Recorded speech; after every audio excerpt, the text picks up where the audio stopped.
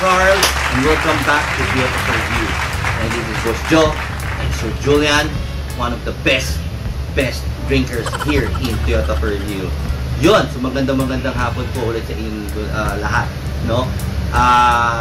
Again, masyado pong mainit. Nagpo 45 degrees tayo. Parang Corolla Cross lang po. Mainit. Gusto lang ilabas, no? So ngayon po, pag-uusapan natin ang minor change po ng Corolla Cross 2024. Ngunit, subalit, boss, meron kang suiplat? Nga pala, sa lahat ng mga followers ko at sa lahat ng mga aking mga subscriber, shoutout po sa inyo lahat. Shoutout from JFD Nature, JFDS Nature. Thank you. Follow natin yung Boss Joe. Okay? So guys, please stay and enjoy a short video on your minor change Corolla Cross 2024. Rock and roll. Peace out.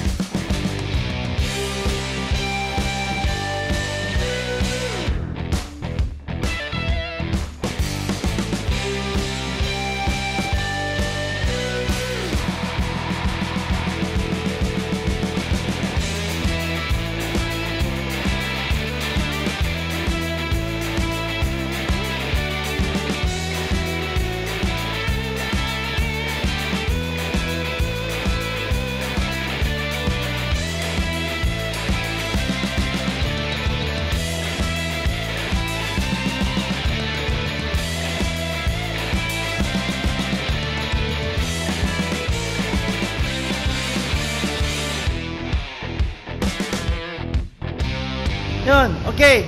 Right, so medyo mainit. Maingay pa. Okay. So ito na po. Yeah.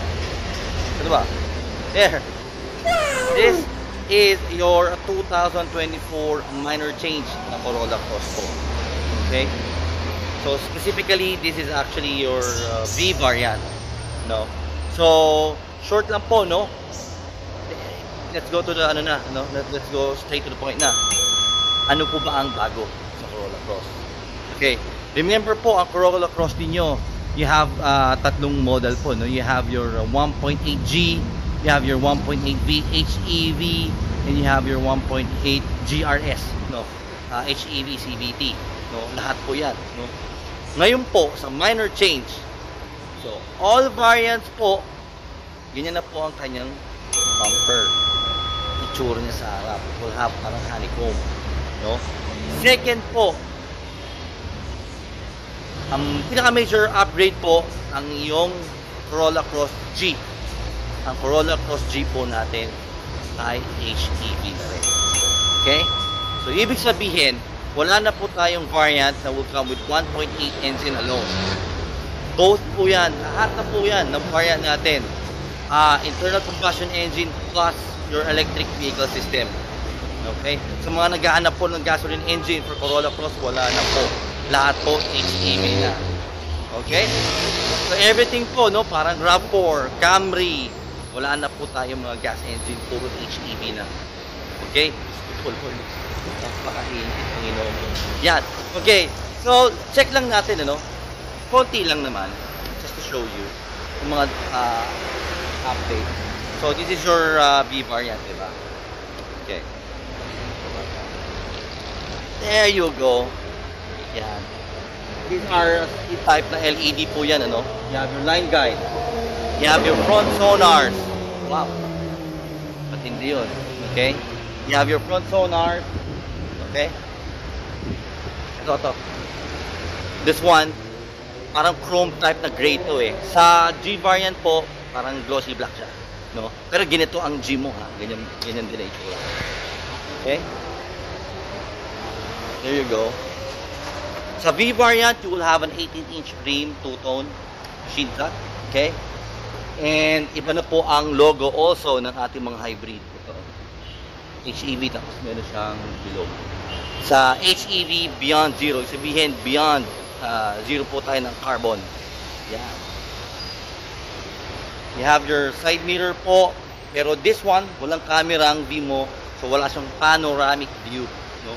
Ang monitor or reverse. Okay. Full LED. Okay. You have your backup sensor. You have your backup, no, standard backup camera. Yeah. Okay. Again, so this is an HEV combination po ng 1.8 gas and electric vehicle. Okay. Now, eto, check natin. Yun. Okay. Medyo madilim, ano? Yan. So, andito tayo sa loob ng Corolla Cross your 1.8V HEV CVT, no? Minor change 2024. So, yeah, ito, leather seat. Yan, meron siya. Ito pa. Yeah, okay. So, ito po ang steering wheel ng iyong Corolla Cross V HEV. Okay? So makita mo, you will have your DRCC, yung cruise control. Okay? Ito nyo naman po. Yan o. Lane departure assist, pre-collisions. No? You have your access sa yung head unit. Okay? This is the instrumental panel. Yan. You can change yan, settings niyan actually. Pwede. Alright. So tayo here. So you have your side mirror control, centralized lock po, auto fold, side mirror. So you have your auto high beam, your rear door access, andyan din.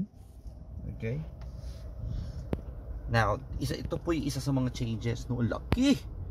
It will come with so all your Corolla Cross will come with a 10-inch audio display. Ayan po. Question. Merong Apple CarPlay, Android Auto? Yes. Question. Wired ba o wireless? Wireless po. Yes. Question.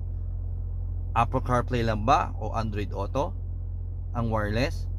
Both po. Android Auto and Apple CarPlay wireless na po ang connection niya. So wala na, less hassle na tayo dyan. So sa Corolla Cross mo, you have your auto climate AC, you will have your wireless charger, ayan po. And this one, you will have your drive mode. Okay, EV. At ito pa po ang pinakamaganda, this one. Ano po ibig sabihin? Ano po ibig sabihin yan? Ito. Sa Corolla Cross po, papansin nyo, wala na po dyan ang pedal brake. Yan. Foot brake ba ang tawag nila? Wala na po. So it's already converted to electronic parking brake with hold function. Yan. Okay? Yun. You will have your auto dimming rear mirror. Black ceiling. Yan, para hindi dumihin. Yan. Okay? Alright. Diba? We've checked po, no? Yung mga features. So, meron tong Toyota Safety Sense. Okay? So, you'll have your DRCC. Diba? You have your pre-collision assist, lane departure assist, rear cross traffic alert. You will have your blind spot monitoring, kasama na rin po dyan. Okay? So, what are the changes pala sa color? So, wala na po tayong attitude black at saka red mica, no? So, ang meron na lang tayo is your white pearl, you have your celestite, and stream metal. Okay? Ang additional po, for GRS lang po, emotional red. Yun na nadagdag sa GRS. Now, for G po, hintayin natin pag dumating yung G variant po namin, I will show you guys, no? Kung ano ba mga changes sa G and also sa GRS. Sa GRS kasi, di ba meron tayong tinatawag na moonroof. Sa GRS kasi, hindi na siya nasa slide and tilt, no? Hindi na siya nabubuksan. It's a panoramic glass na glass na lang. Okay? There you go. Okay, so short lang po to just to show you your minor change. If you have any questions or if you would like to change this unit, please let me know. So we do have one on hand like this one that I usually give you. Okay, so please support Toyota for Review, my channel, and if you need more information, please contact me. And that's my number, email, or messenger, lahat po, no? I'm all over the internet. Di ba? Alright, thank you guys for watching and looking forward to see you guys here in Toyota for Review.